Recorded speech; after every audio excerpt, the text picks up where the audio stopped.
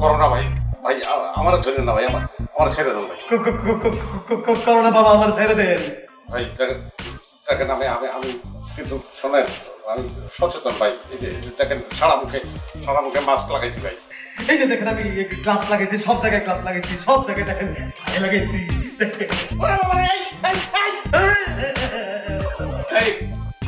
কি ব্যাপার, কি হয়েছে? চিৎকার থামাও, কি হয়েছে? কি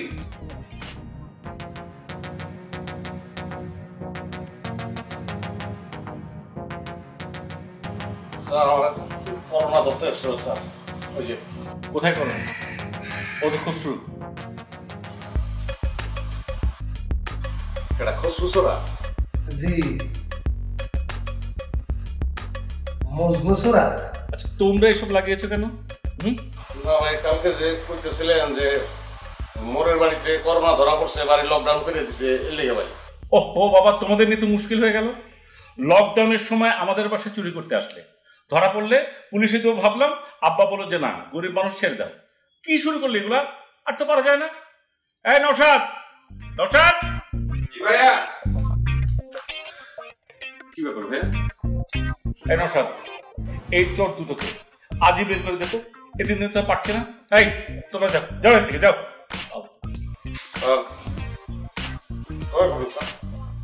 এই করোনার সময় বাড়ির বাইরে যেতে কই না স্যার। স্যার তারা এখন অনেক ভালো ডিউটি করতেছে। এই তুই হাসছিস কেন? না মানে ভাইয়া, আব্বা বলছিলেন কি, ভয় পেয়েও যদি ওদের একটা শিক্ষা হয়, ঈদের কয়টা দিন যাক, গরিব মানুষ তো। এই 12 দিনে আমরা হাসি কাশি কিছুই দিই নাই।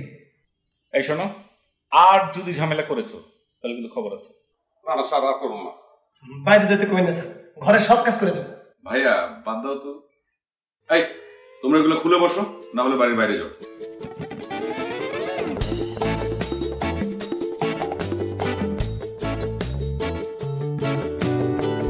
ভাইয়া ঈদ তো শেষ, আমার রিসোর্টের কাজটা তো আবার শুরু করা দরকার।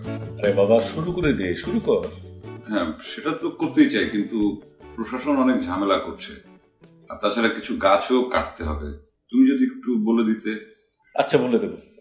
মানে আসলে কিছু লোক আছে না যে এনভায়রনমেন্ট নিয়ে একদম হুদাই চিল্লাচিল্লি করে। আরে বাবা রে, মানুষের তো, লোকজনের তো বিনোদনের একটা দরকার আছে নাকি নাই? ভাইয়া তোমার এলাকার কি খবর? লোকাল ওই যে কিছু সাংবাদিক আছে না, খুবই ঝামেলা করছে। আরে বাবা সবাইকে তো স্বচ্ছভাবে ত্রাণ দিতে হবে নাকি? লোকাল পলিটিক্স বলতে কথা আছে না? হ্যাঁ তা তো আছে। তাই তো এলাকায় কথা হচ্ছে যে রফিক মাস্টার ছেলে এই দুর্যোগের ত্রাণ নিয়ে 900 করছে। বাবা সব অপপ্রচার, সব অপপ্রচার। তাই না? এই তোমরা নাকি বাইরে যেতে চাও না? সব অপপ্রচার। স্যার আর কয়েকটা দিন থাকতে দেন, করোনা ফুটটা একটু নরম হোক। ভালো হয়েছে, সম্পূর্ণ ভালো হয়েছে। হ্যাঁ ভালো হওয়াটাই খুব জরুরি। কিন্তু আমার বৌমারা কই? এই নদী, অরণ্য, বৌমা। আব্বা আমি ফোন দিচ্ছি। হ্যালো, তোমরা কোথায়? আব্বা তোমাদেরকে খুঁজছে। আরে ছাদে কি করছো? তাড়াতাড়ি এসো, আমরা ওয়েট করছি, তাড়াতাড়ি এসো। এই সময় ছাদে যাওয়ার কি দরকার আছে? আরে যে বাচ্চা দুটো আছে না, ওরা তো কিছুই বুঝতে চায় না। সেই তোমরা তো আর কোনোদিন বাচ্চা ছিলে না। যাক বাদ দাও, এবার তো টেলিভিশনে কোনো অনুষ্ঠানে দেখা হলো না। কি ব্যাপার? রিমোট কই ভাইয়া? রিমোট কই? আরে বাবা রিমোট গেল কই? এই রিমোট গেল কই রে? এই খসরু, টিভিটা ছাড়বে? তোমার ডান পকেটে হাত দাও।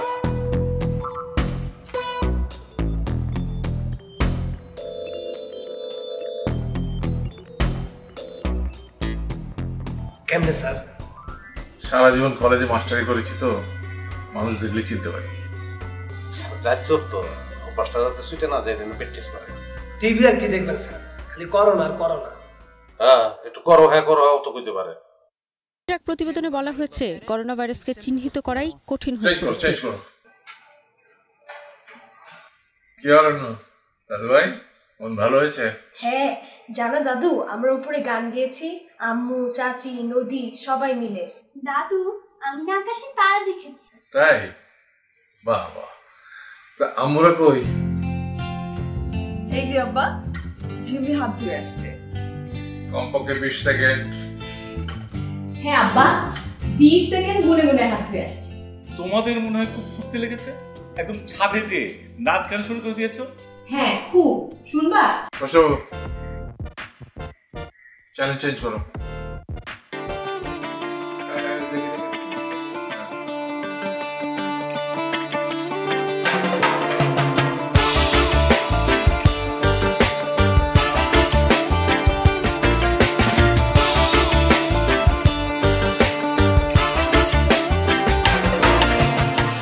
দাদু একান্নবর্তী মানে কি?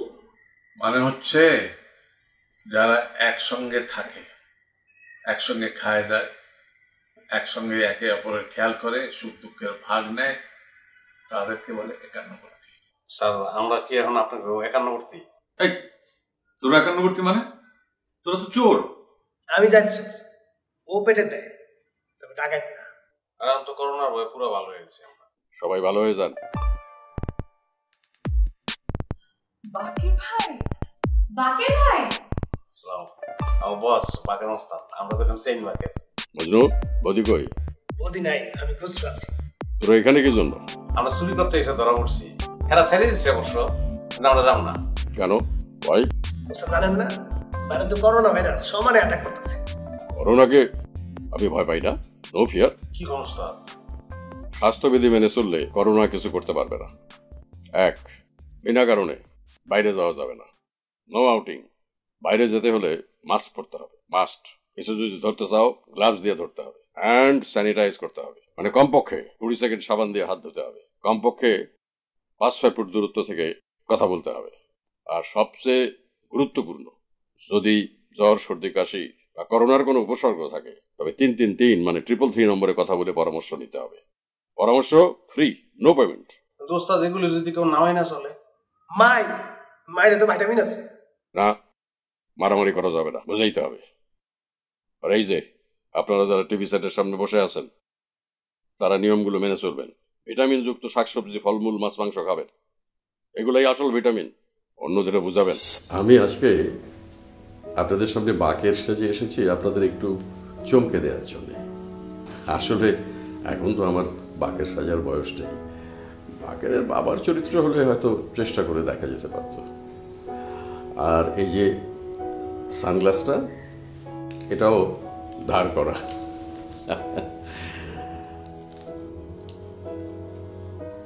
আমাদের আজকের এই অনুষ্ঠানে আপনাদের সামনে অনেক শিল্পী আসবেন। এই বিষাদ মাখা ঈদে আপনাদের একটু আনন্দ দিতে।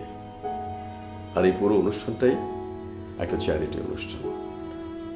শিল্পীরা কেউ কোনো পারিশ্রমিক নিচ্ছেন না।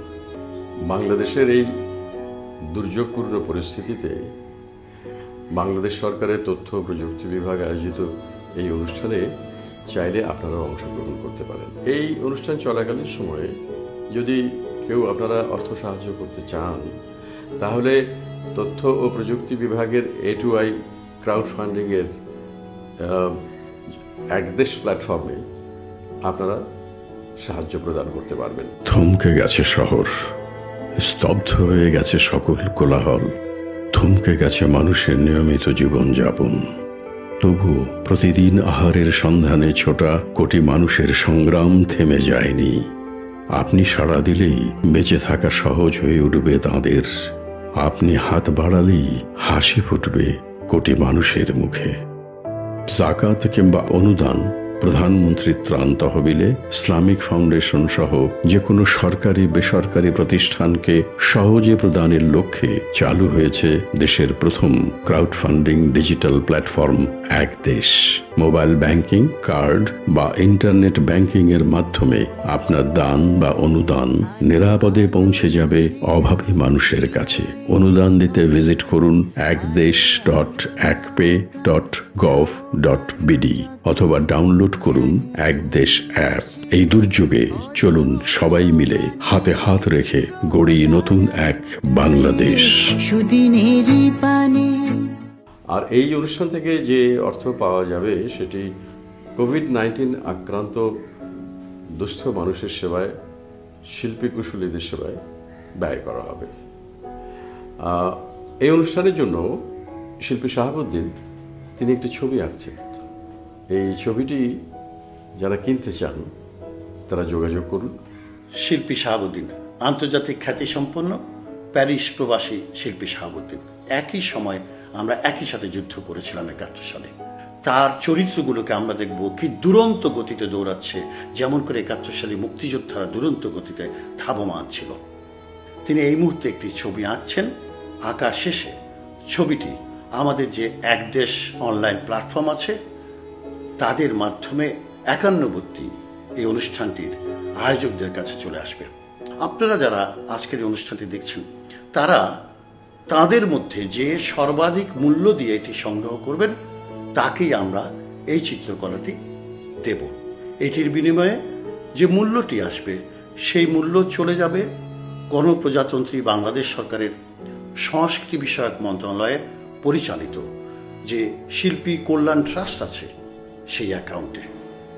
পরবর্তীতে সেই টাকাটি ব্যয় হবে, সেই অর্থটি ব্যয় হবে বাংলাদেশের করোনাকালীন সময়ে অসচ্ছল এবং কর্মহীন হয়ে পড়া শিল্পীদের মাঝে।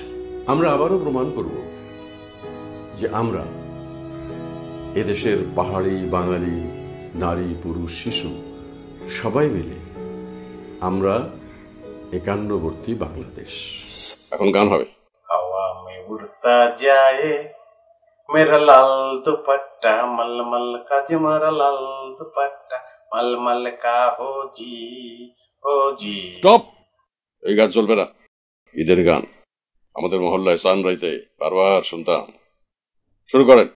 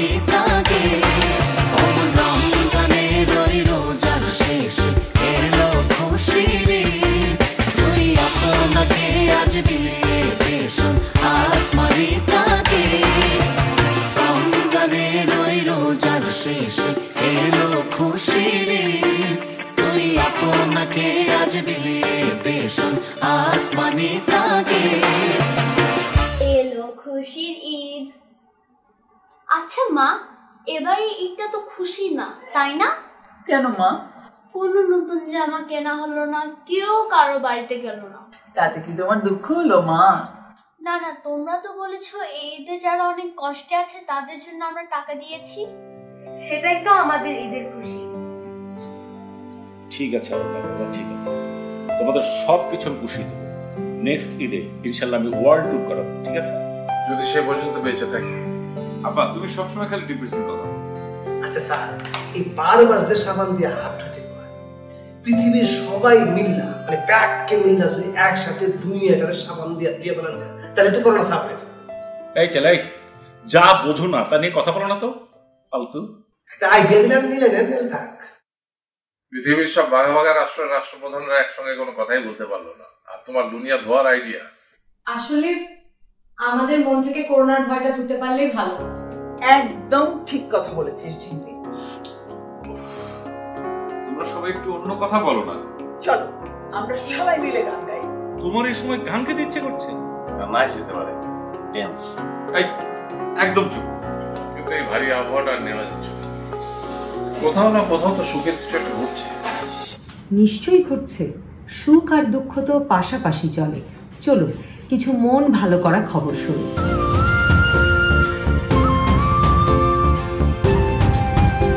একান্নবর্তী বাংলাদেশের আশার খবরে আপনাদের স্বাগত জানাই আমি নবনীতা চৌধুরী।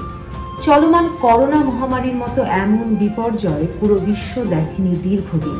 সংক্রমণ রুখতে স্থবির করে ফেলা হয়েছে প্রায় প্রতিটি দেশ। আর এই অদৃশ্য শত্রুর বিরুদ্ধে লড়াইয়ে একেবারে সামনের সারিতে রয়েছেন চিকিৎসক ও স্বাস্থ্যকর্মীরা। কোনো রকম বিশ্রাম ও ছুটি ভুলে আক্রান্ত প্রতিটি মানুষের জীবন বাঁচাতে সংগ্রাম করে চলেছেন তারা। ক্লান্তি বা ক্ষোভ নেই তাদের, বরং রয়েছে মানুষকে আরও সেবা করার স্পৃহা। এই যেমন সিরাজগঞ্জের ডাক্তার বশির।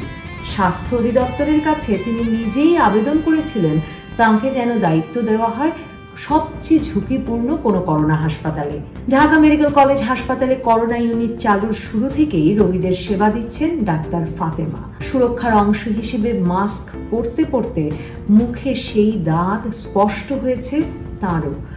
এমন অসংখ্য হৃদয়গ্রাহী চিত্রের দেখা মেলে করোনা চিকিৎসা দেওয়া চিকিৎসক আর স্বাস্থ্যকর্মীদের মাঝে। মানসিকভাবে শক্ত থাকা খুব জরুরি এবং নিজেদেরকে টেক কেয়ার করতে হবে, নিজেদেরকে ভালোবাসতে হবে এবং I am going to the patient for their service. পুরো দেশ যখন করোনার দাপটে ঘরবন্দি, তখন মানুষের কাছে তথ্য পৌঁছে দেওয়ার কাজ করছেন গণমাধ্যম কর্মীরা। ঘরে থাকা মানুষের তথ্য ও বিনোদনের চাহিদা পূরণে টিভি কিংবা সংবাদপত্রে প্রতিদিন কাজ করে চলেছেন হাজার হাজার কর্মী। এরই মাঝে ঘূর্ণিঝড় আমপান কিংবা ঈদ কোনো কিছুই ঘরবন্দি করে ফেলতে পারেনি তাদের। ইতিমধ্যে করোনায় আক্রান্ত হয়েছেন 1.5 শতাধিক গণমাধ্যম কর্মী, মারা গিয়েছেন 6 জন। সাংবাদিকরা বলছেন ঝুঁকি নিয়ে কাজ করতে হবে এ কথা জেনেই এই পেশায় এসেছেন তারা। করোনা রোগীর ক্ষেত্রে এখন পর্যন্ত কোনো নির্দিষ্ট চিকিৎসা ব্যবস্থা খুঁজে পাওয়া না গেলেও সারা বিশ্বেই চলছে নানান পরীক্ষা নিরীক্ষা। তারই ধারাবাহিকতায় আইসিইউতে থাকা সংকটাপন্ন রোগীর ক্ষেত্রে প্লাজমা থেরাপির ব্যবহারে মিলেছে সফলতা। চিকিৎসকেরা বলছেন প্লাজমা থেরাপির সাহায্যে 3-4 দিনেই সুস্থ হয়ে আইসিইউ ছাড়ছেন করোনা রোগীরা। এই যেমন বঙ্গবন্ধু শেখ মুজিব মেডিকেলের ডাক্তার রওশনারা করোনা আক্রান্ত অবস্থাতেই জন্ম দেন সন্তান। এরপরেই তাকে নিতে হয়েছিল আইসিইউতে। তবে বারডেম হাসপাতালের এক নার্সের দেওয়া প্লাজমা ব্যবহার করে মাত্র 3 দিনেই আইসিইউ থেকে সাধারণ কেবিনে ফিরে আসেন রওশনারা। যাদের লাইফ সাপোর্ট প্রয়োজন হয়ে যাচ্ছে, মানে দিতে হবে এমন অবস্থায় তাদেরকে যখন দেওয়া হয়েছে তাদের রেসপন্স খুবই ভালো। নিজেরা আক্রান্ত হওয়ার ভয়ে করোনায় মৃত ব্যক্তির সৎকারে অনেক সময় এগিয়ে আসছেন না স্বজনেরা। তবে এই দায়িত্ব কাঁধে তুলে নিচ্ছেন একদম রক্তের সম্পর্কহীন কিছু মানুষ। হিন্দু কিংবা মুসলিম যে ধর্মেরই হোক না কেন, তাদের সৎকার করা হচ্ছে ধর্মীয় বিধান মেনেই। আর মহৎ এই কাজটি করছেন কোয়ান্টাম ফাউন্ডেশনের 85 জন প্রশিক্ষিত কর্মী। নারীদের সৎকারের জন্য এই দলে রয়েছেন 14 জন নারী কর্মীও। আবার অন্যদিকে আছে বিদ্যানন্দ ফাউন্ডেশন, করোনায় অসহায় হয়ে পড়া দুস্থ মানুষদের সেবায় যাদের প্রধান ব্রত হয়ে উঠেছে। গরিব জনগোষ্ঠীর মাঝে তারা বিতরণ করছে টনকে টন খাবার। এছাড়া জরুরি সেবায় জড়িতদের জন্য 5000 মাস্ক ও 45,000 পিপিও বিতরণ করেছে সংগঠনটি। এই দুটো প্রতিষ্ঠানের মতো ক্ষুদ্র ক্ষুদ্র এমন অনেক মহান উদ্যোগ আশা দেখাচ্ছে করোনাক্রান্ত বাংলাদেশকে।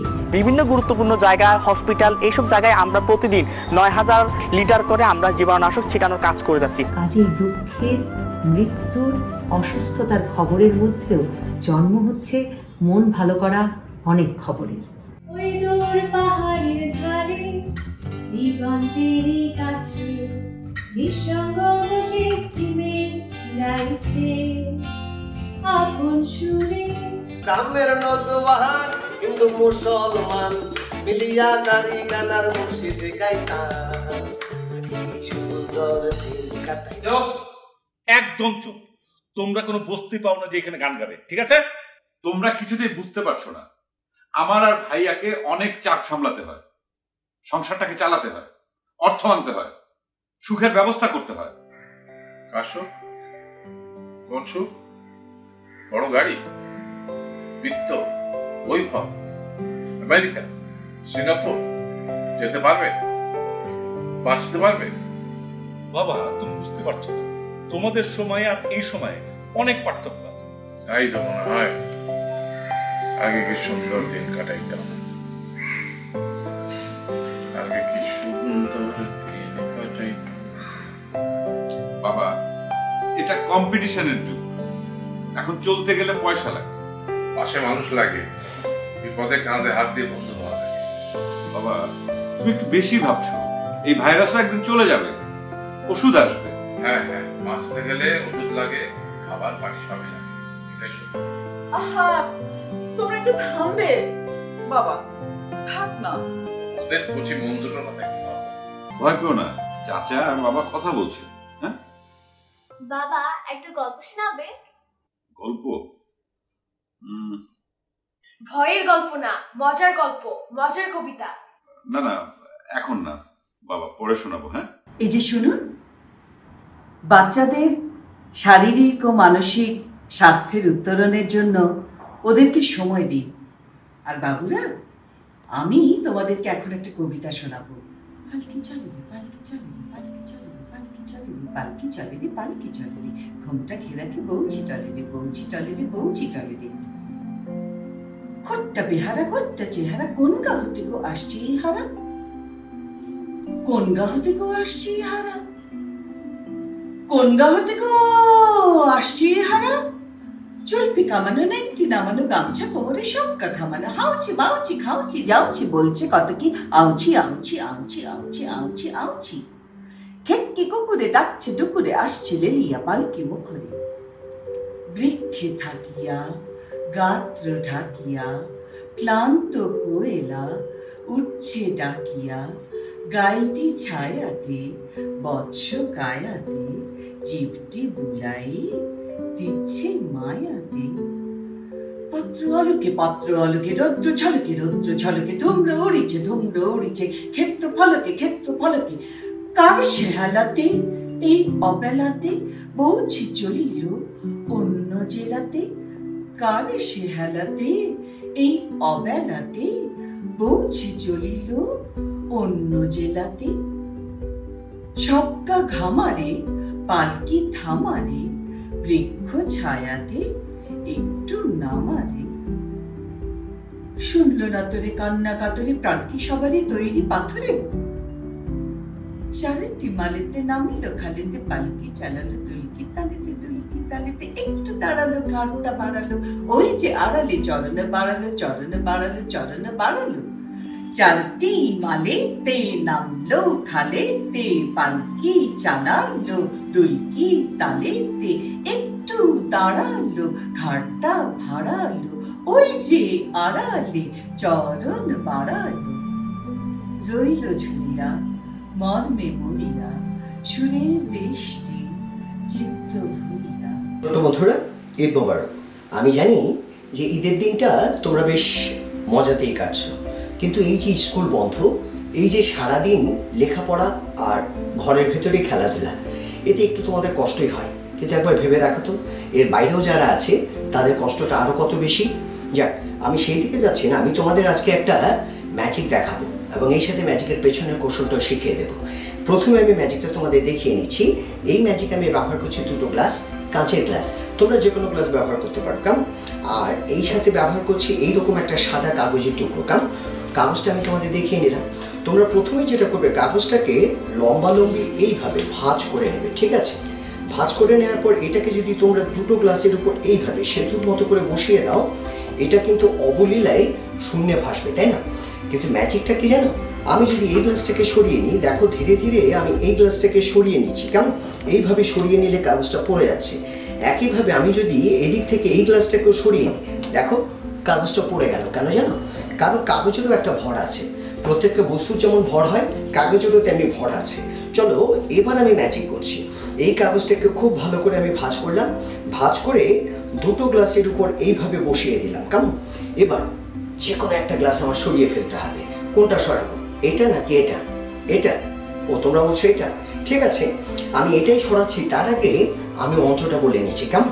তোমরা যারা মন্ত্রটা জানো তারা আমার সাথে বলতে পারো, ইলি ইলি গিরে গিরি, হোকাস ফোকাস, অ্যাব্রাকা ড্যাব্রা, আর ছু মন্ত্র ছু বলে আমি এই গ্লাসটাকে যদি ধীরে ধীরে এইভাবে, দেখতে পাচ্ছ, সরিয়ে নিই, হা, কাগজটা কেমন শূন্য ভাসছে, তাই না? দেখতে পাচ্ছ তোমরা? দেখো এই ম্যাজিকটা খুব সাধারণ একটা ম্যাজিক। এবার চলো ম্যাজিকের পেছনটা তোমাদের শিখিয়ে দিই, কেমন? এই ম্যাজিকে তোমরা দুটো গ্লাস ব্যবহার করতে হবে, তবে দুটোই যেন উচ্চতায় সমান হয়। কাঁচের গ্লাস হতে হবে এমন কোনো বাধ্যবাধকতা নেই, তবে বিশ্বাস করার জন্য বা বিশ্বাসযোগ্যতা অর্জনের জন্য তোমরা কাঁচের গ্লাস ব্যবহার করতে পারো, কেমন? এরপর হচ্ছে একটা সাধারণ কাগজ, যেটাকে লম্বালম্বিভাবে তোমরা ভাঁজ করে নেবে, ঠিক আছে? কিন্তু কৌশলটা এখানে না, কৌশলটা আমার বাম হাতে, অর্থাৎ আমি হাতের তালুতে একটা পয়সা আগে থেকে লুকিয়ে রেখেছিলাম, কেমন? এইভাবে তোমরা তালুতে লুকিয়ে রাখো, ঠিক আছে? এবার কাগজটা তোমরা দেখিয়ে নাও। সব কিছু করার পর দর্শকের অলক্ষ্যেই তোমরা পয়সাটাকে এইভাবে কাগজের উপর ফেলে নেবে, বুঝতে পারছো? ফেলে নেওয়ার পর তোমরা করবে কি, পয়সাটাকে একদিকে সেট করে নেবে, অর্থাৎ ঠিক জায়গায় এটাকে স্থান করে দেবে, কেমন? এবার পয়সাটাকে যে কোনো একটা গ্লাসের উপর তোমরা রাখো। এবার ধীরে ধীরে হাত নাড়াও, মন্ত্র বলো। পয়সাটা যেহেতু এখানটায় আছে, তুমি এই গ্লাসটাকে এইভাবে ধীরে ধীরে সরিয়ে নাও এবং দেখাও তোমার দর্শকদের যে উপরে এবং নিচে এইভাবে খালি, তাই না? কিন্তু দর্শক যদি কোনো কারণে বলেন যে এই গ্লাসটাকে সরাতে হবে, তখন তুমি কি করবে? তখন এইভাবেই ধরে রেখে পয়সাটাকে, দেখতে পাচ্ছ, এই হাতে নিয়ে আসবে, ঠিক আছে? এবার তুমি ধীরে ধীরে এটাকে এর উপরে রাখো এবং এইভাবে এই গ্লাসটাকেও সরিয়ে নাও, কেমন? এই যে জাদুটা তোমাদের শেখালাম, আমি জানি এটা তোমাদের ভালো লাগবে, কিন্তু তার চেয়েও ভালো কথা কি জানো, এটা খুব ভালো করে চর্চা না করে তোমরা কাউকে দেখাবে না। আর ভালো মতো চর্চা করার পর যদি তোমরা তোমাদের বন্ধু বান্ধব, বড় ভাই বোন কিংবা আব্বু আম্মুকে দেখাও, আমি জানি তোমরাও চমকে দিয়ে অবাক করে দিতে পারো সবাইকে। ভালো থেকো, খুব ভালো।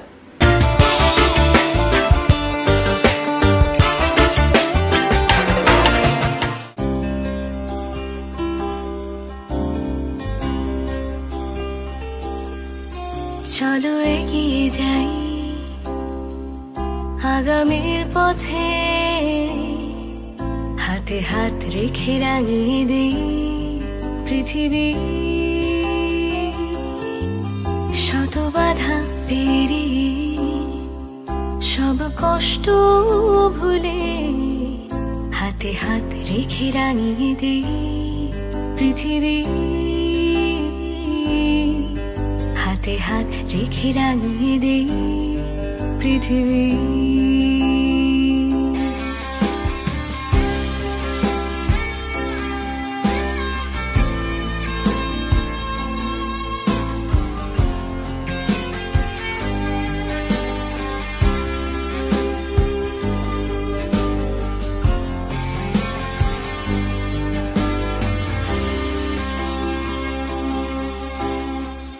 তাকিয়ে দেখো সামনে তোমার,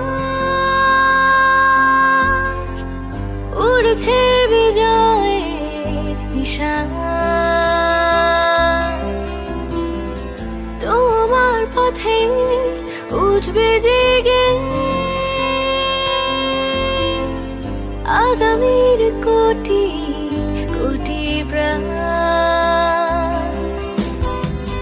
তাকিয়ে দেখো সামনে তোমার, উড়ছে বিজয়ের নিশান। তোমার পথে উঠবে জেগে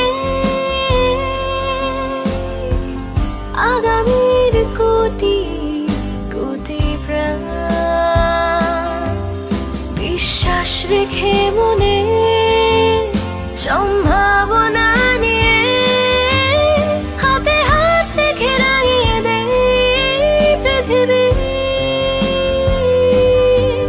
হাতে হাত রেখে রাঙিয়ে দেয় পৃথিবী।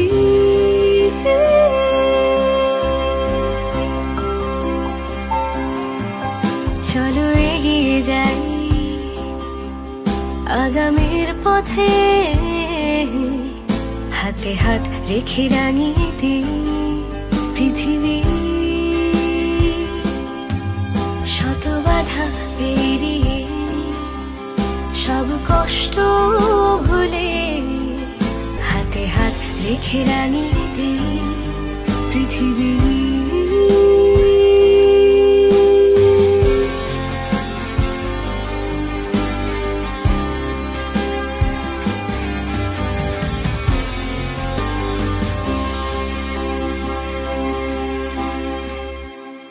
আশা করি আমাদের শিল্পীদের এই অনুষ্ঠানে আপনারা ইতিমধ্যেই অংশগ্রহণ করছেন এবং সাহায্যের হাত বাড়িয়ে দিয়েছেন। আপনারা যে কোনো পরিমাণ অর্থ A2I ক্রাউড ফান্ডিং মডেলের একদেশ প্ল্যাটফর্মে প্রদান করতে পারবেন। অনুদান দিতে ভিজিট করুন ekdesh.ekpay.gov.bd অথবা ডাউনলোড করুন একদেশ অ্যাপ।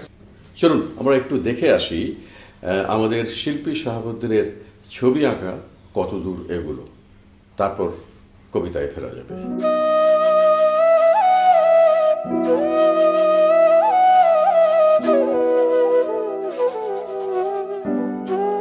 আমার পিছনে যে ছবিটা দেখেছেন, আমি ছবিটা আঁকছি বাংলাদেশের, এই যে আজকে করোনা ভাইরাস কোভিড-19 আক্রান্ত হচ্ছে বাংলাদেশ সারা পৃথিবীতে।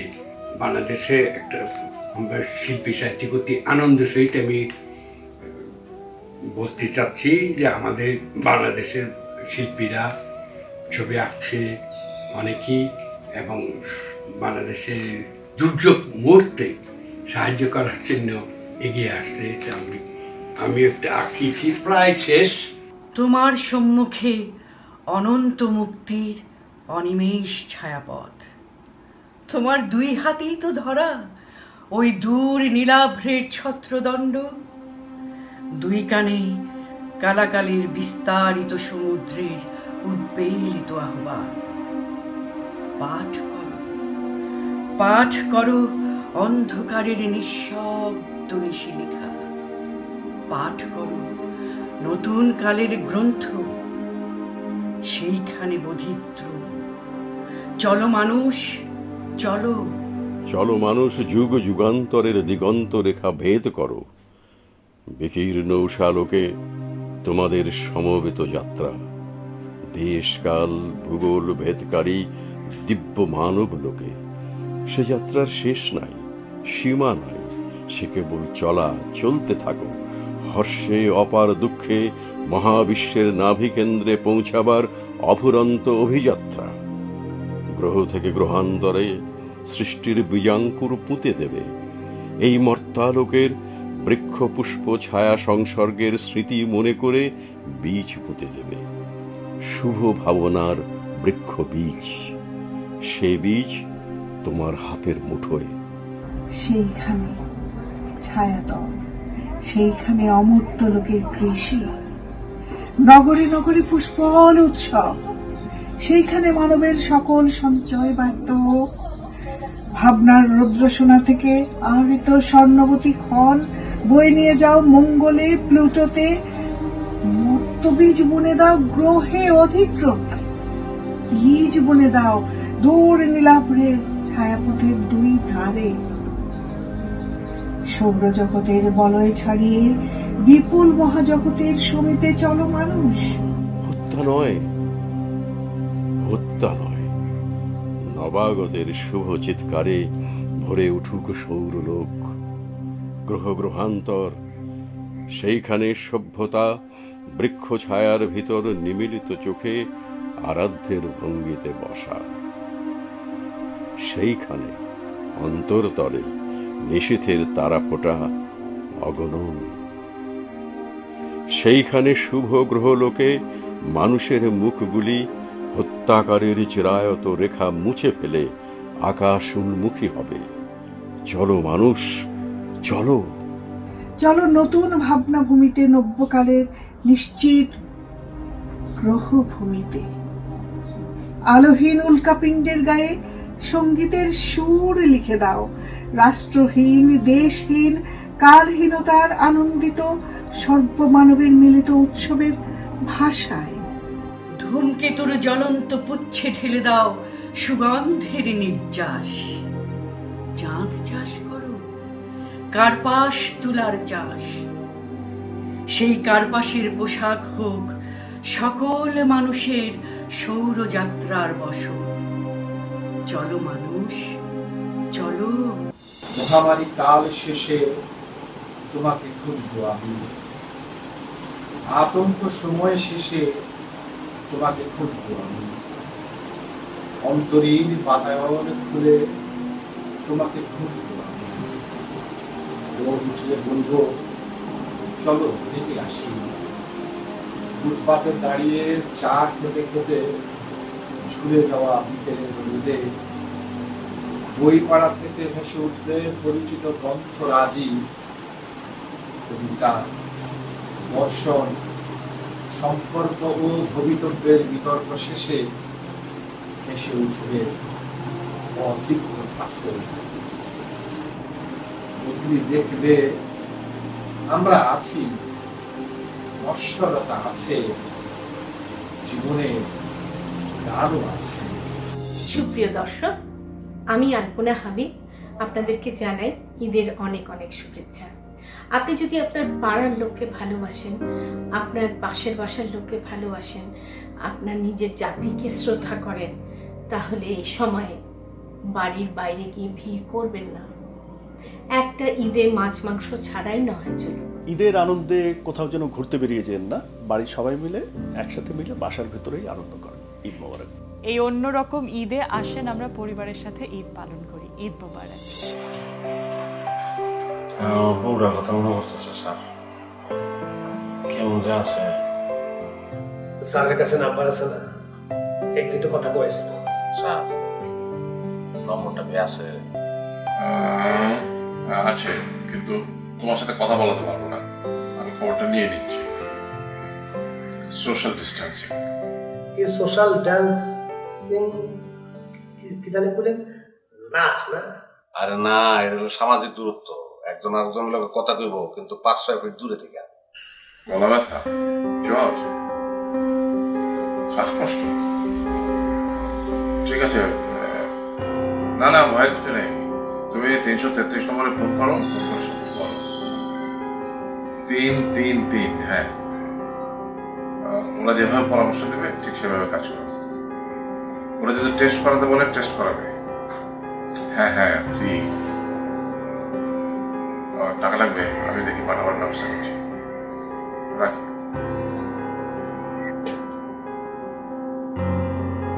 আমি চলে যাই। ও বউটা, তুমি এখন গিয়ে তো আর কিছু করতে পারবে না। বরং 333 নম্বরে ফোন করে পরামর্শটা নেই। আর তাছাড়া বস্তির লোকজন তো আছে আশেপাশে, বুঝছে না? বস্তির লোকজনের তো এসব রোগ হবেই, তাই না? হ্যাঁ, Tom Hanks, Prince Charles, Boris জনসনের তো অসুখটা হয়েছে। আব্বা, তুমি আমাকে নাম্বারটা দাও, আমি টাকা পাঠিয়ে দিচ্ছি। এখন ওকে কি করতে হবে আব্বা?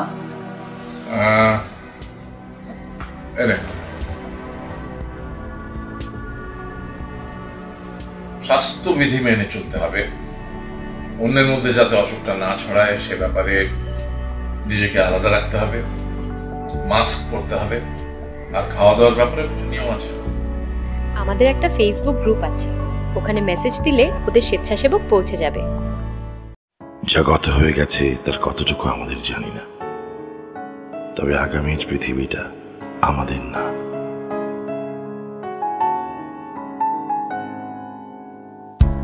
যে কাজের প্রতিবাদ করিনি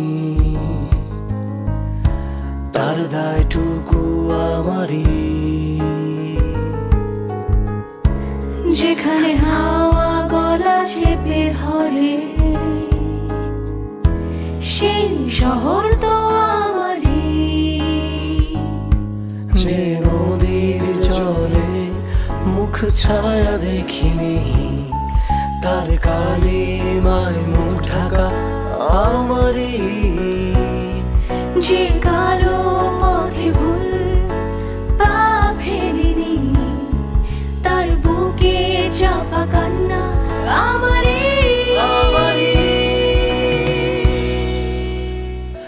চলো আজ আমি থেকে আমরা হই শুধু মানুষ না, ফুল পাতা পাখিদের কথা কই।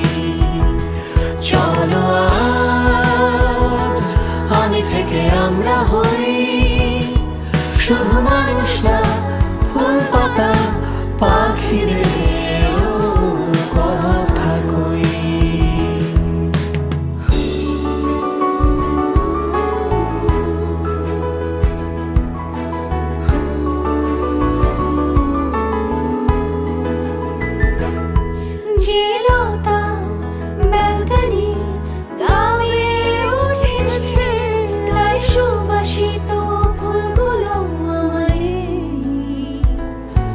যে পাখি দুপুরের ঘুমটাকে ভাঙালো, তার গান গাওয়া সুখটুকু আমারই।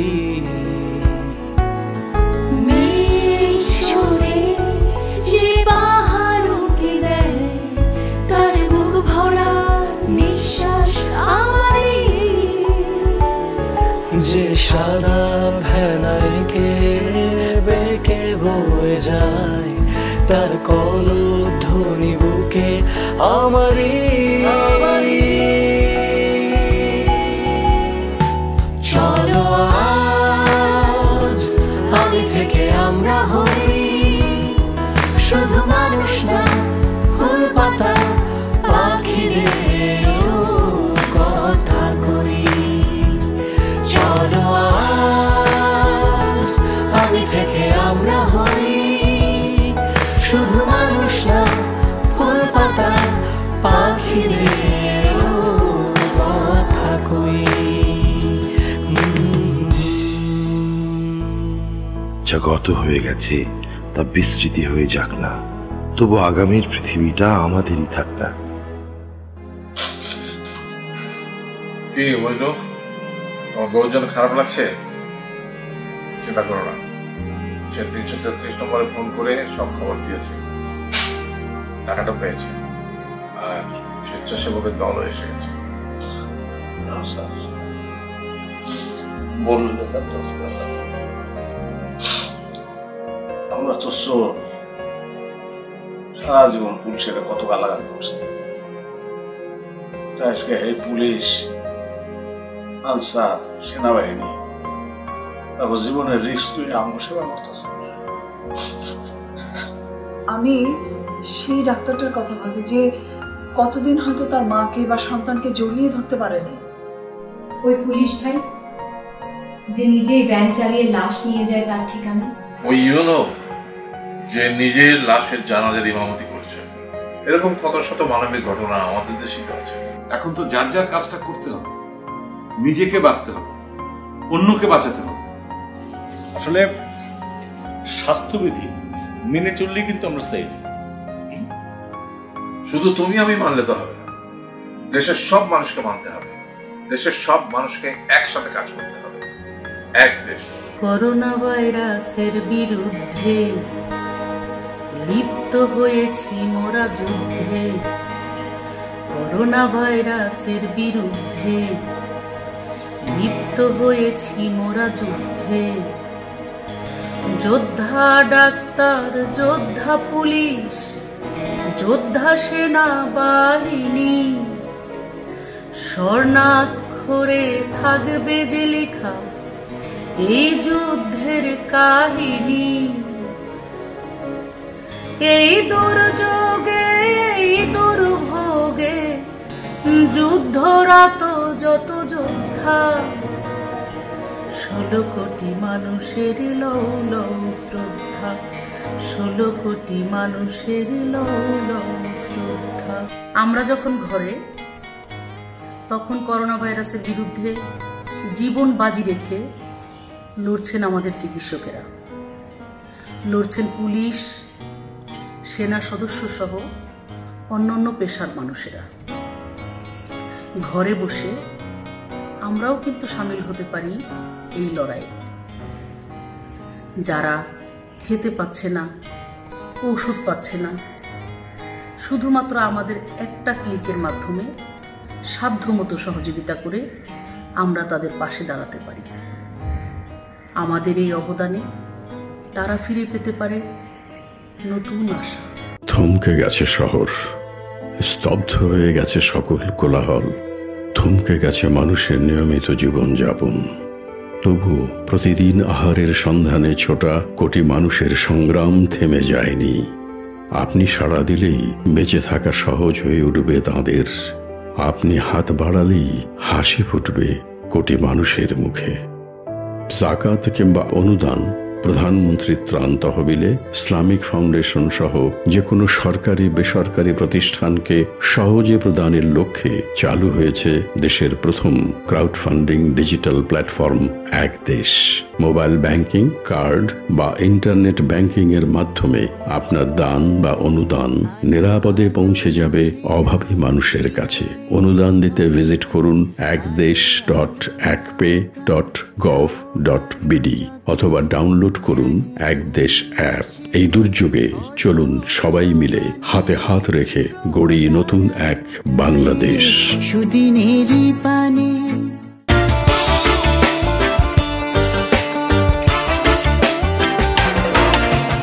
প্রিয় দর্শক, আপনাদের সঙ্গে আমি যুক্ত হয়েছি শুধু লন্ডন শহর থেকে।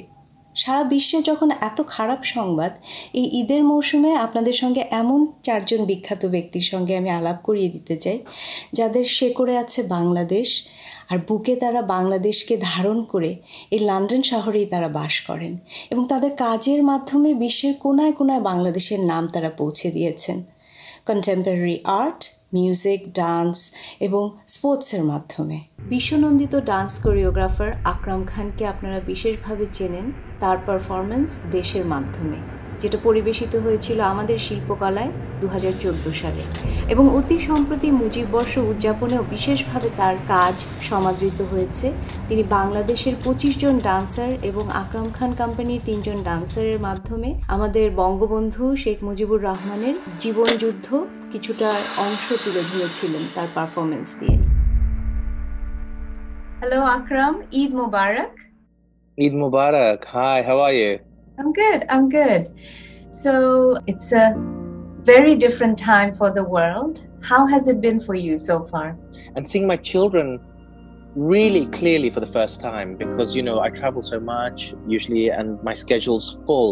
You know, our civilization is always filling their time. If we don't fill our time, we feel we're not of any purpose. We have no reason to live. I wanted to ask you, what are your childhood memories of Eid? I remember there was one particular Eid, I think I was 10 or 11. This particular Eid was very special because I was in Bangladesh. But I love the idea of going together to the mosque, and then, you know, when I was growing up and well, yes, absolutely, food. Food is eating together, you know, breaking fast. So your memories of Eid, especially, like most of it is basically in London when you were growing up. Yes, it is. Yeah, predominantly. But you know, whether it's in Bangladesh or London, it's the coming together of people that you haven't seen for ages. It's an excuse to hug people, even to strangers on the street who are also have been through the fasting, you know. And your mom lives here in London. She lives one street away, from me. One street away. But she won't be able to hug her grandchildren this Eid, if I'm correct. You know, we go once every day, but once a week what we do is I get my children to learn a routine and we perform it on the street for her, just to entertain her. But what's really interesting... Yeah, but the street, what's really interesting is everybody knows that we're coming now because it's regular once a week. And so the street, look out, you know, all the neighbors start looking out their window while I'm playing an instrument, or Sayu's doing a little dance, or Kenzo's being silly, my son, and my wife's filming. Wonderful. So it's, it's almost like a comedy parody of something. I don't know. It's just ridiculous. But it's a new my form. daughter loves doing it. It's a new form, and it's a way of putting smile to my mum and to the neighbors. Absolutely. Thank you so much for joining us, Akram. And again, Eid Mubarak to you and to Eid your Mubarak. family. Thank you. মনরে কৃষিকাজ জানো না মনরে কৃষিকাজ জানো না। এবারে আমার সঙ্গে আছেন সোহিনী আলম, যার ব্রিটিশ ব্যান্ড খিওর মাধ্যমে জাতীয় সঙ্গীতকে নতুনভাবে পরিবেশন করে আপনাদের কাছে সবচেয়ে জনপ্রিয়তা পেয়েছেন তিনি। Sohini, welcome. Eid Mubarak. Eid Mubarak, Ishita Apu. How are you doing? I'm well, thank you. Thank you for having me. Why don't you tell us a little bit about the different bands that you're part of and your musical persona? Okay. আমি artist হিসেবে perform করি অনেক ধরনের অনুষ্ঠানে, but band হিসেবে আমি লক্ষ্মীটারা, which is Kishan Khan's Afro-Cuban Bengali jazz band, ওটাতে গান করে থাকি। এছাড়া আমার নিজস্ব একটা ব্যান্ড আছে with Oliver Weeks and Ben Hartland, ওই ব্যান্ডের নাম কিও। আর এছাড়া বিভিন্ন দেশ থেকে বিভিন্ন ফিমেল আর্টিস্টদের সঙ্গে গার্ল নামক একটি band, in place of war নামের একটি চ্যারিটির উদ্যোগ, সেটা গার্ল নামের একটি ব্যান্ড করে থাকি। আর এছাড়া I also have an art company called Komala Collective that I started with some amazing women. তোমার ঈদের মেমরি কি বাংলাদেশে যখন ঈদ করতে যেতে বা বাংলাদেশে যখন ছিলে? যে জিনিসটা আমার সবচাইতে বেশি মনে পড়ে সেটা অ্যাকচুয়ালি ঈদের আগের ঘটনা। সেটা ছিল আমার বাংলাদেশে প্রথম ইফতার। আমরা বাংলাদেশে যতদিন ছিলাম, আমি আমার নানা বাড়িতে বড় হয়েছিলাম ছোট থাকতে আর কি, যখন যাই আর বেড়াতে যখন যেতাম নানা বাড়িতেই উঠতাম। তো প্রথম যখন আমি ইফতার দেখি, এত ধরনের জিনিস ছিল টেবিলে, এবং তখন আমরা একেবারে একান্নবর্তী বলতে যে জয়েন্ট ফ্যামিলি জিনিসটা তখন খুবই it was prevalent. So তখন মামা, খালুরা, কাজিনরা সবাই মিলে ইফতারে বসছি। তো আমি অনেক ছোট, আমি এসে হঠাৎ করে টেবিলের মধ্যে তরমুজ থেকে এইসব ধরনের ফলমূল তো এখানে অত সহজে পাওয়া যেত না, বিশেষ করে তখন সেই সময় তো আসলে আরো নয়। হ্যাঁ, আরো নয়। সো এত ধরনের বেগুনি, পেঁয়াজি, এত ধরনের ফলমূল, এত কিছু দেখে আমি পুরো হতবাক হয়ে I was like, নানা ভাই, is this Christmas? Because Christmas was the biggest celebration I knew. তারপরে আমাকে খুব এক্সাইটেড করে ফেললো ঈদের কথা বলে, সালামি পাবো, এই খুশিতেই আমার রোজার মাস কেটে গেল। কিন্তু তখন সেটা আমার কাছে খুবই এক্সাইটিং ছিল। এবারে আমার সঙ্গে আছেন রানা বেগম। ভিজুয়াল আর্টের প্রাঙ্গণে বিলেতে যারা মূলধারার কাজ করে থাকেন তাদের মধ্যে একটি অন্যতম নাম। Eid Mubarak to everyone. Thank you for joining us. Would you tell us a little bit about your journey before we go into reminiscing? Yeah, well, I grew up partly in Bangladesh and partly here in the UK in Hertfordshire, and I came here when I was 8, and I have wonderful memories of Bangladesh growing up there, and I was very fortunate to have the two kind of different cultures, if you like, of growing up. You were in Sylhet, right? Well, so it's more near Molly Bazar. It's a small village near Molly Bazar that I grew up, and I remember Eid being more of a community event. It's all about friends, family, food. I really miss the smell of all the food and trying it all. That's kind of what I remember the most in terms of Eid, celebrating Eid in Bangladesh. It was very positive, very joyful time. You've said in several of your interviews that, what strikes you the most or what you remember the most is the color. And I think, Eid is a very colorful thing for Bangladesh, isn't it? Yeah, it is a very colorful time because, you get new clothes, everyone's wearing bright colored clothes, and I remember that. And you know, it's also about the light. You know, this time of the year, the light is quite incredible as well. You know, when I'm traveling, I do really notice the difference. You know, the light in different kind of cities, and the time of the year as well. It's quite important. Rana, thank you again for joining, and Eid Mubarak again. Eid Mubarak to everyone. Place is up. Here's Hamza Chowdhury. সর্বশেষে আমাদের সঙ্গে আছেন হামজা চৌধুরী, যিনি British premier লিগে খেলেন Leicester সিটির পক্ষ থেকে। First of all, Hamza, Eid Mubarak. Eid Mubarak, assalamualaikum. And also Hamza mom and dad, Eid Mubarak apnaderkeo. As the viewers, we would like to know what your experience of Eid has been when you were young or even now.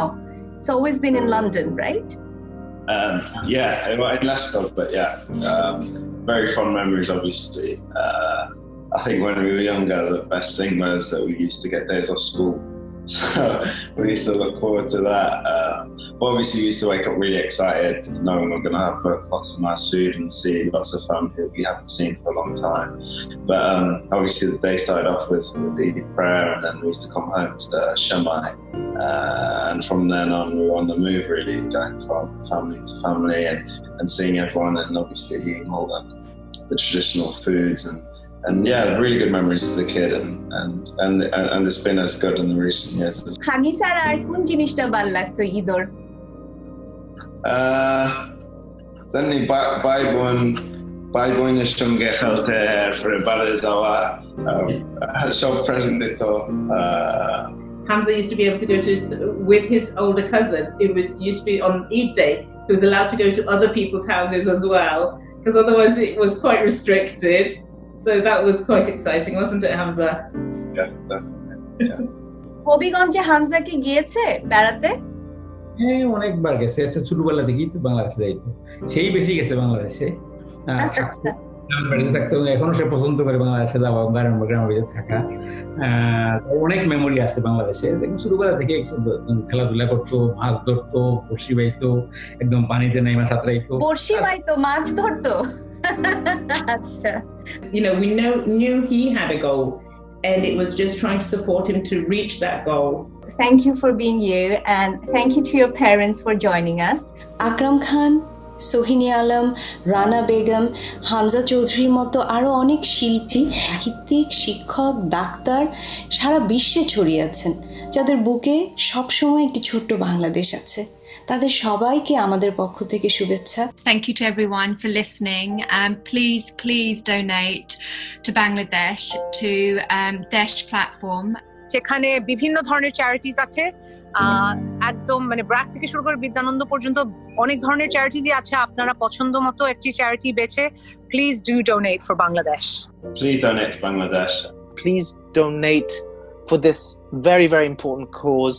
থমকে গেছে শহর, স্তব্ধ হয়ে গেছে সকল কোলাহল, থমকে গেছে মানুষের নিয়মিত জীবনযাপন। তবুও প্রতিদিন আহারের সন্ধানে ছোটা কোটি মানুষের সংগ্রাম থেমে যায়নি। আপনি সাড়া দিলেই বেঁচে থাকা সহজ হয়ে উঠবে তাঁদের। আপনি হাত বাড়ালেই হাসি ফুটবে কোটি মানুষের মুখে। জাকাত কিংবা অনুদান, প্রধানমন্ত্রী ত্রাণ তহবিলে, ইসলামিক ফাউন্ডেশন সহ যে কোনো সরকারি বেসরকারি প্রতিষ্ঠানকে সহজে প্রদানের লক্ষ্যে চালু হয়েছে দেশের প্রথম ক্রাউড ফান্ডিং ডিজিটাল প্ল্যাটফর্ম এক দেশ। মোবাইল ব্যাংকিং, কার্ড বা ইন্টারনেট ব্যাংকিং এর মাধ্যমে আপনার দান বা অনুদান নিরাপদে পৌঁছে যাবে অভাবী মানুষের কাছে। অনুদান দিতে ভিজিট করুন ekdesh.ekpay.gov.bd অথবা ডাউনলোড করুন একদেশ অ্যাপ। এই দুর্যোগে চলুন সবাই মিলে হাতে হাত রেখে গড়ি নতুন এক বাংলাদেশ। সুদিনেরই পানে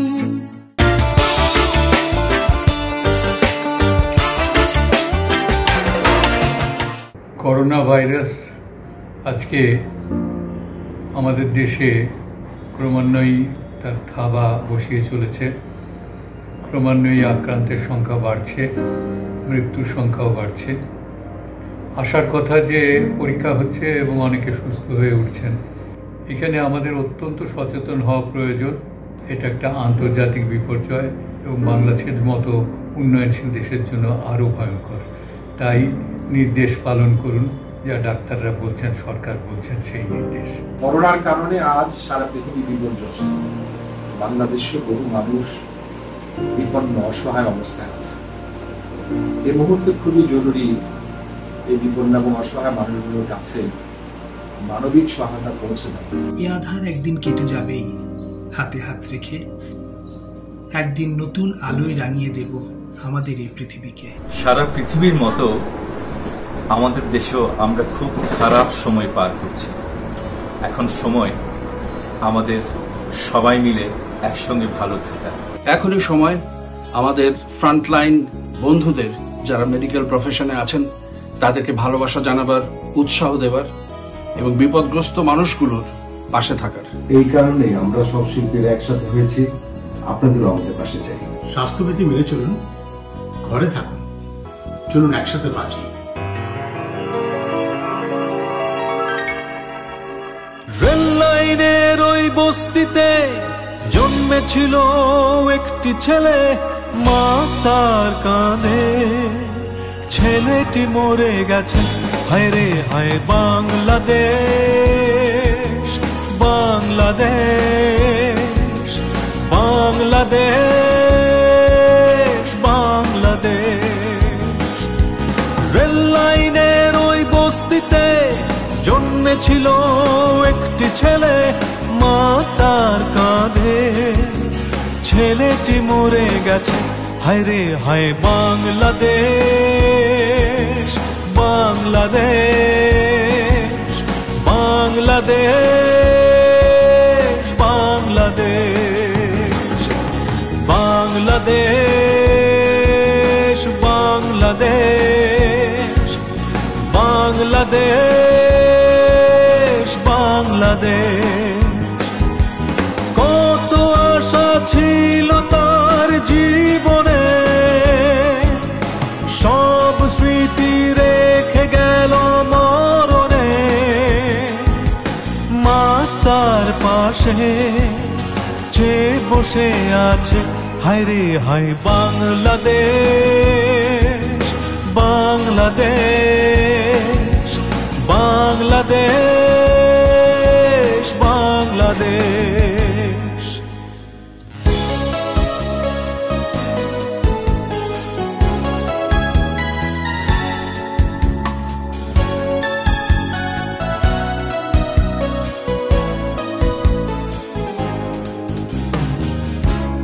আমায় ডেকো না,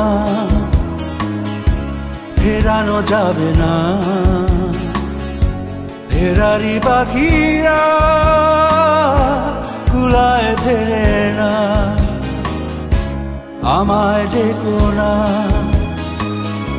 ফেরানো যাবে না, ফেরারি পাখিরা কুলায় ফেরে না।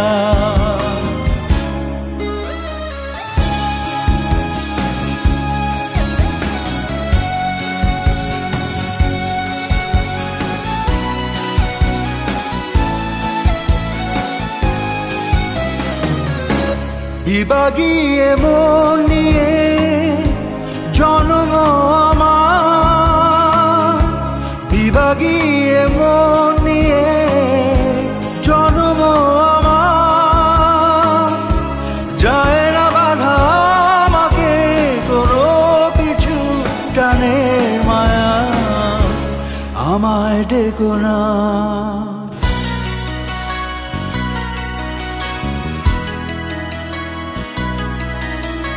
সেই তুমি কেন এত অচেনা হলে,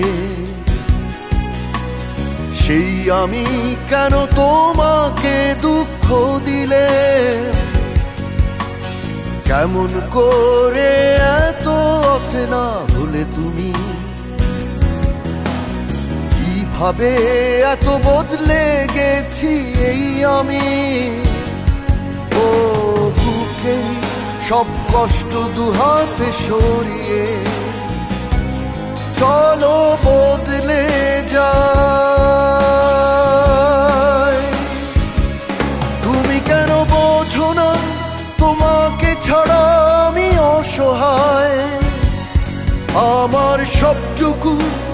ভালোবাসা তোমায় ঘিরে।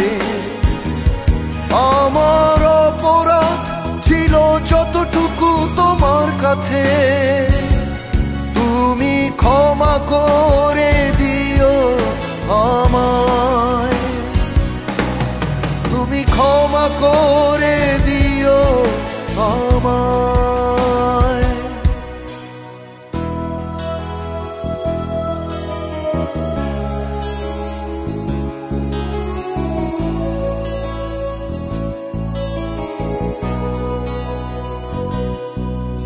আমি তোমাকে বলে দেব কি যে একা দীর্ঘ রাত আমি হেঁটে গেছি বিরান পথে। আমি তোমাকে বলে দেব সেই ভুলে ভরা গল্প কড়া নেড়ে গেছি ভুল দরজায়। ছুঁয়ে কান্নার রং, ছুঁয়ে জোছনার ছায়া, ছুঁয়ে কান্নার রং, ছুঁয়ে জোছনার ছায়া। আমি তোমাকে বলে দেব কি যে একা দীর্ঘ রাত আমি হেঁটে গেছি বিরান পথে। আমি তোমাকে বলে দেব সেই ভুলে ভরা গল্প কড়া নেড়ে গেছি ভুল দরজায়। ছুঁয়ে কান্নার রং, ছুঁয়ে জোছনার ছায়া, ছুঁয়ে কান্নার রং, ছুঁয়ে জোছনার ছায়া, ছুঁয়ে কান্নার রং, ছুঁয়ে জোছনার ছায়া, ছুঁয়ে কান্নার রং, ছুঁয়ে জোছনার ছায়া। শ্রাবণের মেঘগুলো জড়ো হলো আকাশে। আরে ত্রাণ কখন কাকে দিতে হবে সেটা বলে দেবো, ঠিক আছে? ওসব মাতব্বরি করতে না করো, ঠিক আছে? মাতব্বরি করতে না করো। টাকা যত লাগে লাগুক, ওই জমিটা আমার চাই। ওই জমিটা না পেলে আমার রিসোর্টটা ছোট হয়ে যাবে।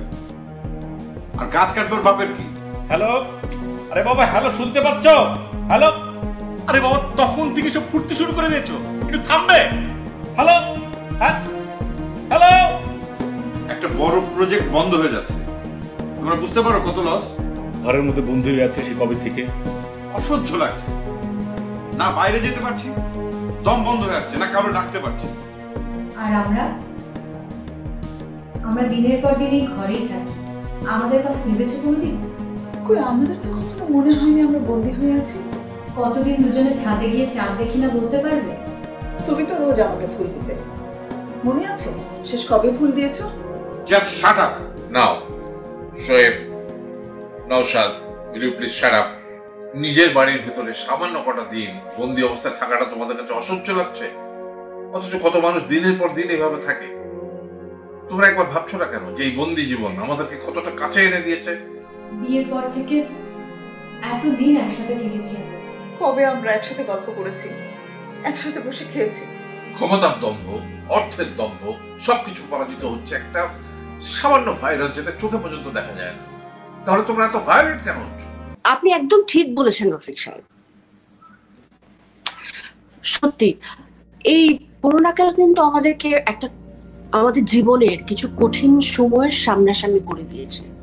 আমরা কিন্তু কাজের চাপে, এই ব্যস্ত পৃথিবীতে আমরা কিন্তু পরিবার থেকে অনেকেই বিচ্ছিন্ন হয়ে পড়ি বা পড়তে হয় আমাদেরকে। কিন্তু এই লকডাউন কিন্তু আমাদেরকে সেই সুযোগ করে দিয়েছে কি করে আবার এই আমাদের এই সম্পর্কগুলো, পারিবারিক সম্পর্কগুলোকে আবার ঝালাই করে নিতে পারি আমরা চাইলেই, তাই না? সবাইকে ঈদের শুভেচ্ছা।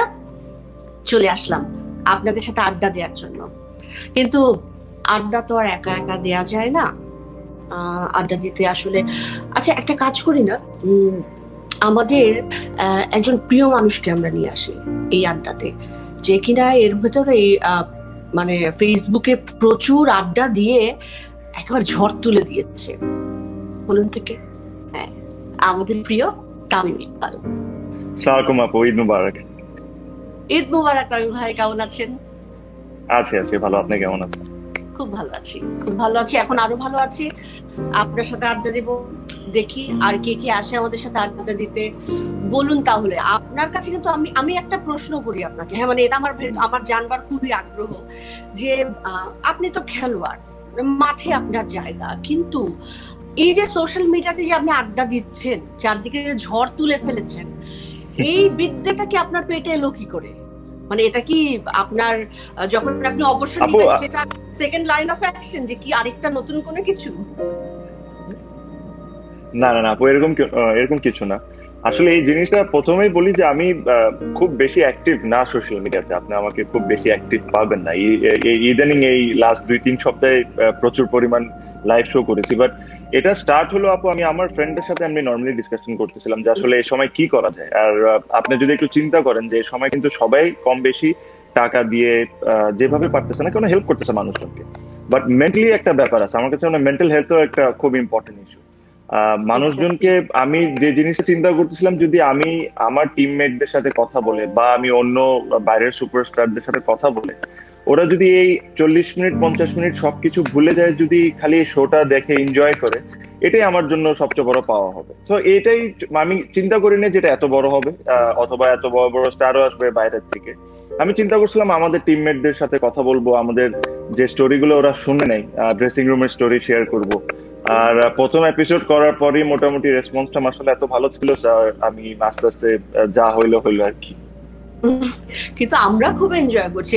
আমরা একটু আগে আলাপ করছিলাম যে মানে দেখছিলাম বেশিরভাগ পুরুষেরা এখন ঘরে আছে, তাদের একটা অর্থনৈতিক অনিশ্চয়তা আছে, এখন একটা ভবিষ্যতের একটা স্ট্রেস আছে, সবকিছু মিলে না বাড়িতে একটু মানে ডোমেস্টিক ভায়োলেন্সটা কিন্তু একটু বেড়ে গেছে এখন। আপনার কি মনে হয়, মানে এই প্রসঙ্গে কি আপনার কি মতামত? আপু আসলে সত্যি কথা, কম বেশি আমিও এরকম কিছু শুনছি। বাট একটা জিনিস সবার মনে রাখতে হবে যে লকডাউনের কথাটা যখন শুরু হয়েছিল, এটা খালি বাসায় বসে থাকে না।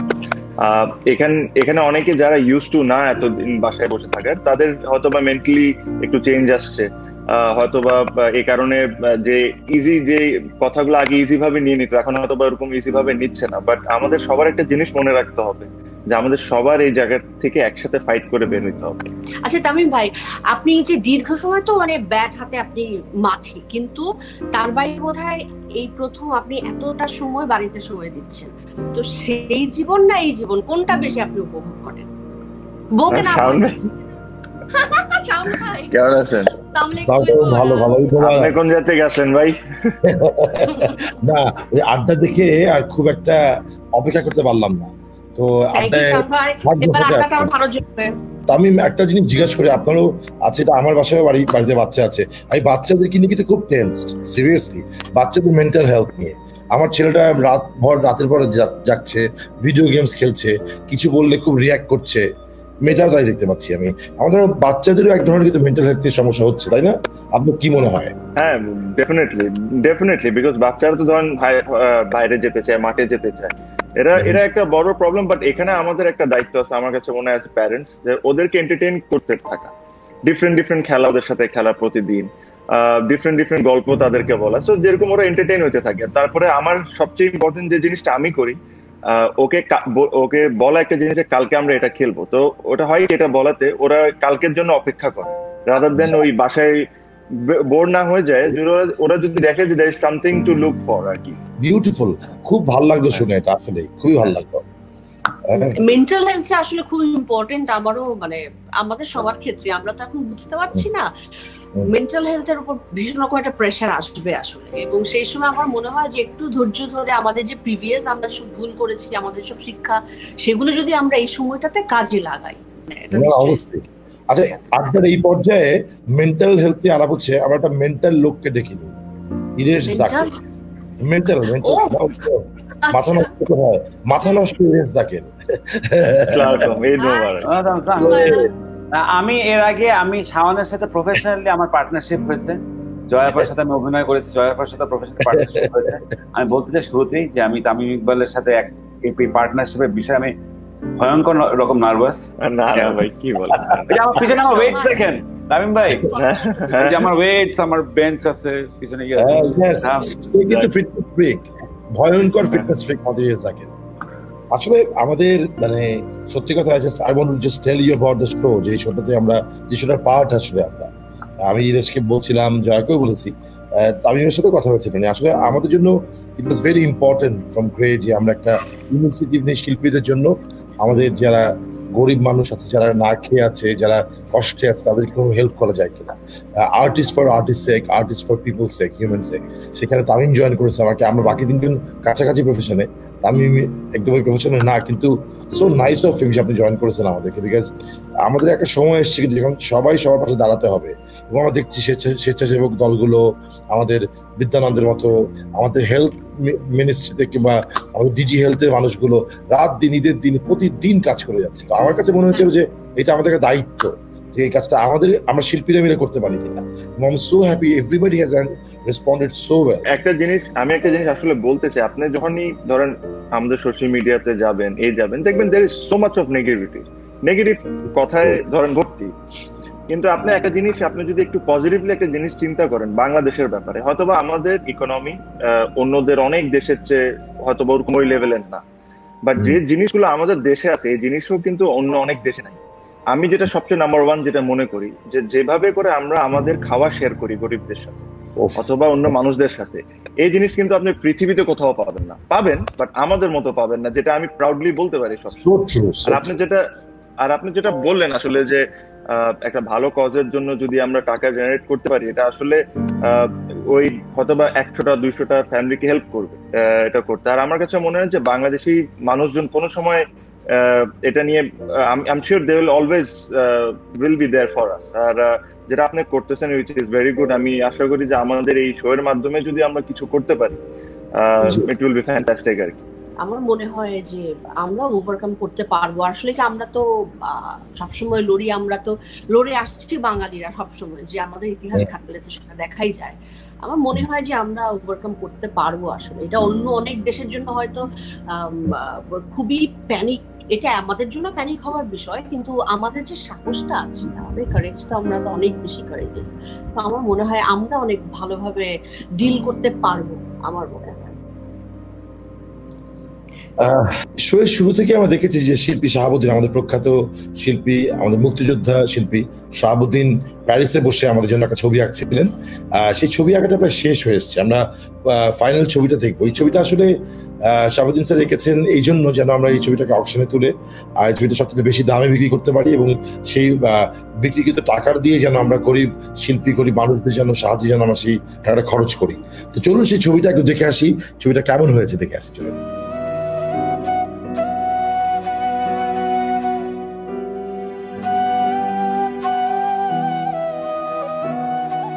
আমাদের দেশে এই সংকট মুহূর্তে যাতে সাহায্য হয়, প্রধানমন্ত্রী ত্রাণ তহবিলের সাহায্যের জন্যই ছবিটা আঁকা হচ্ছে। আমরা যেমন স্বাধীনতা যুদ্ধের সময় আমরা কত কি করেছি, একত্রতার সাথে কাজ করেছি, এবারও আশা রাখি এবার এই সংকট মুহূর্তে আমরা একত্রে কাজ করে এই সাহায্য তহবিলে দান করব। আসলে আমি অন্তর থেকে বলছি, আমি চেষ্টা করছি ছবিটা ভালো হোক এবং বিক্রি হোক, এই টাকাটা সাহায্যে যাবে ত্রাণ তহবিলে। অসাধারণ একটা ছবি।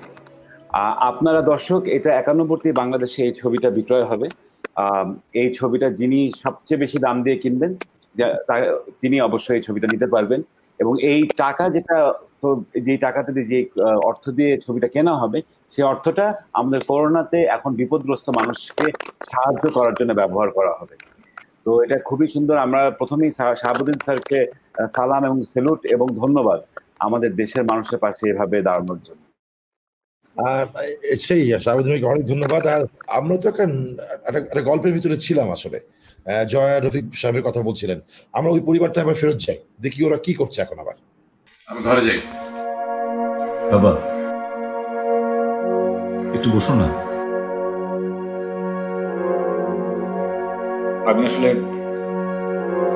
আমি আসলে ভুলেই গিয়েছিলাম যে আমি ছাড়াও অনেক লোক তোমরা এখানে আছো। জানো, আমি প্রচন্ড ভয় পাই। আমি যে আমার সন্তান অরণ্যকে আমি জোরে ধরতে পারি না, আমার ভয় পাই, আমার কষ্ট লাগে। আমার আমি ওই নদীকে ছাড়া বাঁচবো না বাবা। আমি গাছ কেটে রিসোর্ট বানাবো না। যে গাছ আমাদের বিনা পয়সায় অক্সিজেন দেয়, এখন একজন অসুস্থ মানুষকে বাঁচানোর জন্য অক্সিজেন প্রয়োজন। আমি সেই কথাটা ভুলে গেছিলাম বাবা। বাবা আমি বলছি, আমার এলাকায় কেউ যেন কোনো কষ্টে না থাকে, সবাই যেন ঠিক মতো খেতে পায়, সেটা ইনশাল্লাহ আমি তোমাদের সবাইকে কথা দিচ্ছি, সেটা ইনশাল্লাহ দেখব। আমার সাথে যারা কাজ করে আমি তাদের সবার দায়িত্ব নিলাম, শুধু তোমরা আমাদের ছেড়ে যেও না।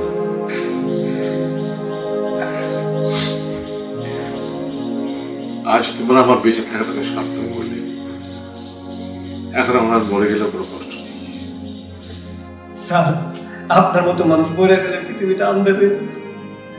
সব ভাইরাস না মনে পর্যন্ত আপনি আরেকটু থাকেন স্যার।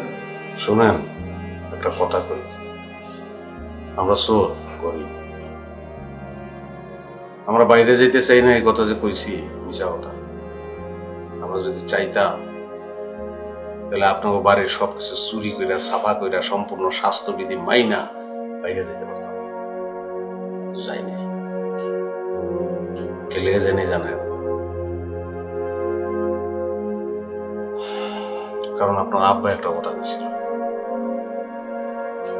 চুরি কইরা আয়নায় মুখ দেখাইতে লজ্জা করে না।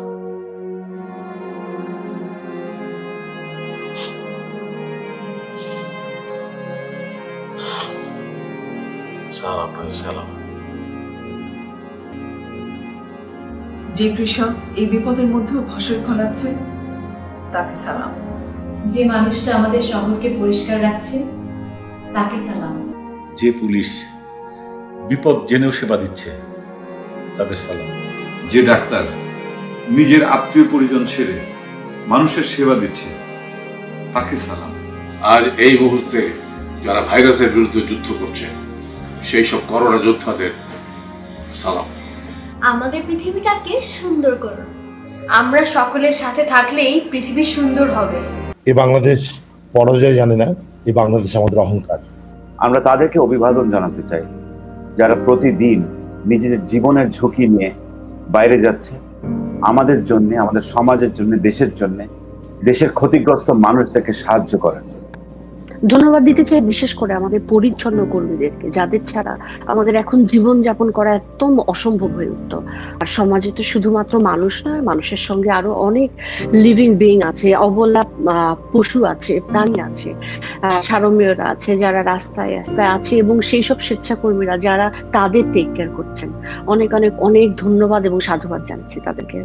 আপনারা অনেকে আমাদেরকে হিরো মনে করেন, বাট আমার জন্য রিয়েল হিরোরা হচ্ছেন ডক্টর আর নার্সেরা।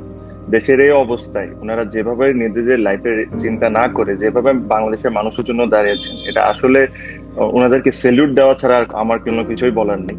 আর আমি আর আমার বাংলাদেশ ক্রিকেট টিমের পক্ষ থেকে ওনাদেরকে এটাই জানাতে চাই যে আপনারা যা করছেন এটা আমরা কোনোদিন ভুলবো না। আর আমাদের সবার তরফ থেকে অসংখ্য অসংখ্য ধন্যবাদ। আমাদের এই পর্যন্ত সবাই ভালো থাকবেন, সুস্থ থাকবেন, কোভিডকে জয় করবেন।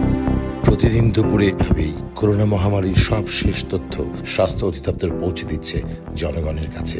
পুরো দেশ জুড়ে আমাদের কর্মীরা প্রতিটি মুহূর্ত ব্যস্ত থাকছে করোনার ঝুঁকিতে থাকা মানুষের সেবায়, করছে অক্লান্ত পরিশ্রম। রোগী শনাক্তে স্বাস্থ্যকর্মীদের সংগ্রহ করে আনা নমুনা পরীক্ষা করা হচ্ছে দেশের 48টি ল্যাবে। হাসপাতালের পাশাপাশি রোগীরা সেবা পাচ্ছেন অধিদপ্তরের হটলাইনের মাধ্যমে। স্যার, আপনি গত 23 তারিখে ফোন করেছিলেন 6263-তে, আপনাকে ফলো আপ করার জন্য ফোন করেছি। স্যার, বর্তমানে কেমন আছেন? চলছে মানুষকে সচেতন করার কাজও।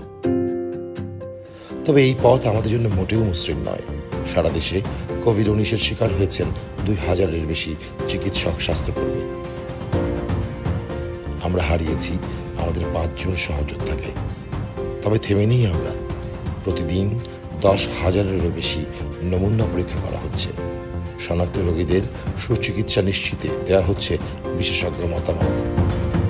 স্বাস্থ্যকর্মীদের কাছে পৌঁছে গিয়েছে নিরাপত্তা সরঞ্জাম। ফ্রন্টলাইনে যুক্ত হয়েছেন আরো 2000 চিকিৎসক। হাসপাতালে হাসপাতালে গড়ে তোলা হয়েছে আলাদা করোনা ইউনিট। আর এইভাবেই প্রতিদিন করোনা ভাইরাসকে পরাজিত করার লক্ষ্যে আমরা একসাথে এগিয়ে যাচ্ছে টিম বাংলাদেশ। টিম বাংলাদেশ মাননীয় প্রধানমন্ত্রী শেখ হাসিনার নেতৃত্বে কোভিডকে পরাজিত করবে। আমরা সবাই টিম বাংলাদেশ। আমরাই টিম বাংলাদেশ। আমরাও টিম বাংলাদেশ। তামিম ভাই, thank you so very much. Iresh, thank you. আড্ডাটা এত প্রাণবন্ত হলো। আর শাওন ভাই, অলওয়েজ দারুণ হলো একটা আড্ডা। আচ্ছা, নকিব ভাই আর বাপ্পাদা রেডি তো না? আমরা বরং সবাই একসাথে গানটা করি।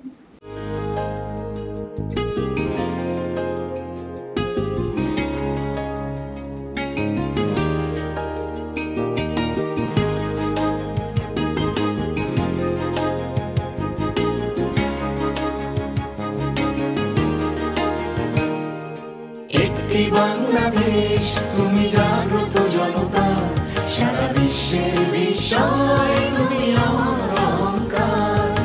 একটি বাংলাদেশ, তুমি জাগ্রত জনতা, সারা বিশ্বের বিষয় তুমি আমার অহংকার।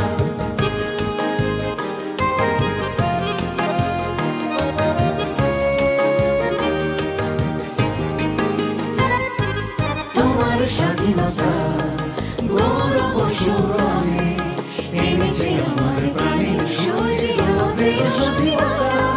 তোমার স্বাধীনতা গৌরব সৌরভে এনেছে আমার প্রাণের সজীবতা। দিয়েছে সোনালি সুখী জীবনের দীপ্ত অঙ্গীকার, সারা বিশ্বের বিষয়